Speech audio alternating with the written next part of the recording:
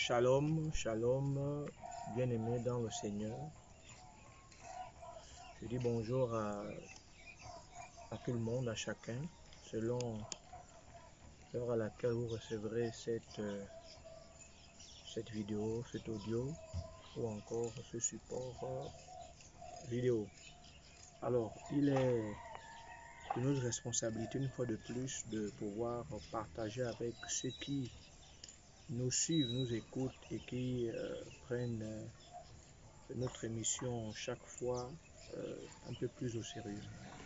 Alors, je viens ici nous partager encore cette pensée sur la mesure dans la vie chrétienne. Et cela m'amène à lire avec vous 1 Corinthiens chapitre 6, verset 12, qui stipule ceci. Tout m'est permis, mais tout n'est pas utile. Tout m'est permis, mais je ne me laisserai asservir par quoi que ce soit. Alors, Paul ici décline ici la pensée de la mesure. Je voudrais également faire allusion à cette pensée philosophique qui dit « L'homme est la mesure de toutes choses ». Aujourd'hui, dans la vie chrétienne, on a l'impression qu'on est permis de tout faire, de tout lire et de tout accomplir. Non, Paul ici rectifie le tir en nous disant « Attention, tout m'est permis, mais tout n'est pas utile. Entre ce qui m'est permis et ce qui m'édifie, je dois sélectionner, je dois choisir d'abord ce qui m'édifie. Parce que l'édification est cette force qui donne une saveur ou encore une valeur ajoutée à la persévérance et dans la vie chrétienne afin que chacun nous puisse hériter de ce qu'on appelle la pensée d'éternité.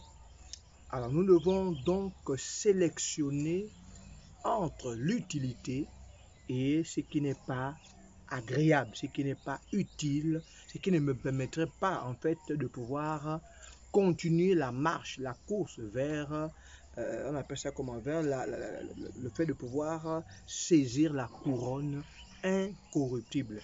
Parce qu'en réalité, ce qui m'édifie renouvelle en fait mes forces, renouvelle en fait mon zèle, renouvelle en fait ma capacité à saisir les choses d'en haut et non les choses de la terre d'abord.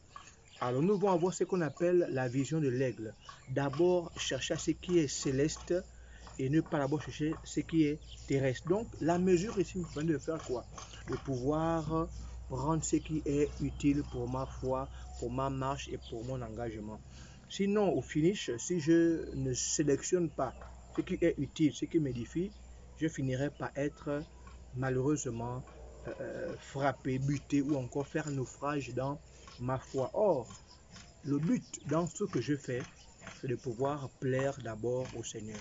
Sur ce, que Dieu vous bénisse.